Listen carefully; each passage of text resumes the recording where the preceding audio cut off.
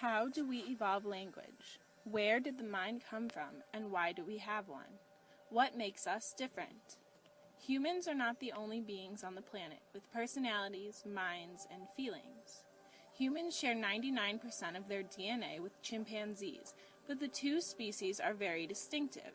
Therefore, the 1% difference must be vastly important in making us what we are. But what makes us, as humans, different? In his book, John Green wrote, "My thoughts are stars I cannot fathom into constellations." This quote sums up much of what makes us, well, us. Tolerance by Eagle Bowen. When we are angry at mankind, or rave at some depravity of mind, when we would curse behavior of a kind, to argue rather than to view benign, it is with our own self we battle wage, when choosing not to understand nor to engage, with that from which we isolate ourselves, with anger sent to where perhaps is needed help, lest fearful reason may just find the time, with tenderness to enter in our mind. And so it is perhaps from loss of our own face, we are so quick to shout of their disgrace. But we should not lose sight of our own sins, though in different colors dressed appear they in.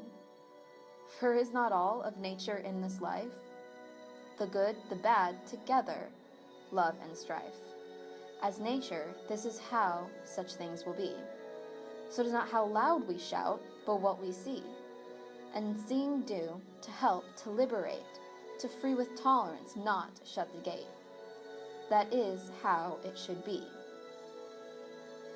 We are human. Every person, no matter how young or old, has the capacity to use their imagination. A little girl can dream of becoming a ballerina when she is older, and an old man can dream about all the possibilities their grandchildren have after they are gone. What makes us human is the ability to make many of these dreams come to life. As college students, we can dream of the day we graduate, or the day we get married, or the day we have the opportunity to travel the world. We can picture these imaginations in our head until the day they turn into reality. These imaginations motivate us to change what we do not like and aspire to the day when life gets better. The emotions we feel have long defined our history. Emotions motivate human actions and influence human behaviors, thus influencing social, political, and economic developments. One historical example is World War II. After the defeat in World War I, the stigma expressed in the provisions of the Versailles Treaty system of being blamed for starting the war and having to shoulder the burden of paying damages to the victors created general anger and despair across the political spectrum in Germany. This allowed Hitler to exploit the anger and humiliation felt by the German people. Hitler began uniting the people by using anti-Semitic as a scapegoat for the reason for the defeat in World War I and as a way to vent out the frustration that they were feeling. By uniting Germany, Hitler wanted to fight the stipulations forced upon them by the Versailles treaties and thus restore the German pride. Hitler manipulated the German people's emotions by using propaganda, branding Jews as traitors and devils, whose primary interest is money. Hitler also used propaganda to spark and strengthen nationalism as well. The humiliation and anger that Germany felt caused millions upon millions of Jews to be sent to concentration camps, gas chambers, etc. As humans, we are driven by our emotions. In some ways, our world revolves around them. Happiness, anger, surprise, disgust, sadness, fear. These emotions can be recognized all over the globe by people of every culture. They are expressed in many different ways, but the existence of these feelings connect the human race, tie us together, and set us apart. They help us to learn, grow, and live. Pride and happiness drive us to succeed, motivating us to work toward a better future. Emotion is the most important and influential part of our decision-making process. We act on how we feel. We follow our hearts. We build relationships on feelings that often we can't even explain. We are a social species, and most of our lives are based on relationships. Love. Love is arguably the strongest of all emotions.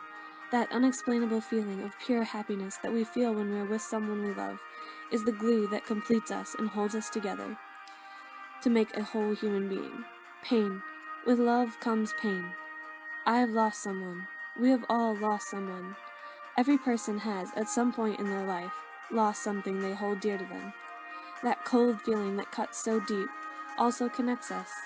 It breaks us all in the same way, but we are human, and we heal.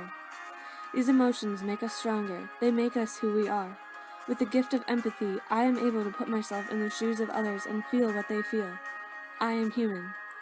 I feel pain, fear, and joy the same way you do. We are one, all of us. We live because we feel, and we feel because we live.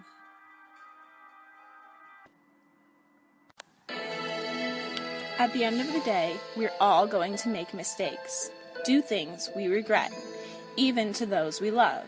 It's unavoidable. But at the end, what matters is how you address your failings, how you treat your family, how you treat your friends, how you forgive, and how you love. Every day there's something new to amaze us. That's how we know we're alive.